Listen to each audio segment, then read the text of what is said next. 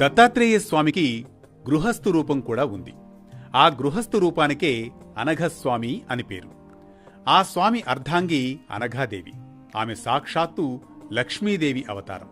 అనఘ అంటే ఏ విధమైన పాపము లేనిది అని అర్థం. మార్గశిర బహుళ అష్టమి నాడు అనఘాష్టమి వ్రతాన్ని చేస్తారు. సాధారణ మాసాల్లో బహుళ అష్టమి, గురు, శుక్రవారాల్లో కూడా ఈ వ్రతాన్ని చేసుకోవచ్చు. మనస్సు, బుద్ధి, వాక్కు, ఇంద్రియాలు పాపాలకు కారణమవుతాయి. ఈ పాపాలను అనఘాదేవి పోగొడుతుంది. అందుకే అనఘాదేవి ఉపాసన సకల పాపాలను హరింపజేస్తుందని శాస్త్రాలు చెబుతున్నాయి. అనఘాదేవిలో శ్రీ రాజరాజేశ్వరి, మహాలక్ష్మి, మహాకాళి, మహాసరస్వతి లక్షణాలు నిండుగా ఉన్నాయి. అనఘస్వామిలో బ్రహ్మ, రుద్ర, విష్ణు లక్షణాలు ఉన్నాయి. అనఘుడు విష్ణు స్వరూపుడు, అనఘాదేవి లక్ష్మీ స్వరూపం. ఈ దంపతులిద్దరూ నిత్యం తపోమయమైన జీవనం గడుపుతూ భక్తులకు తత్వజ్ఞానాన్ని అనుగ్రహించే అతి ప్రాచీన ఆది దంపతులు.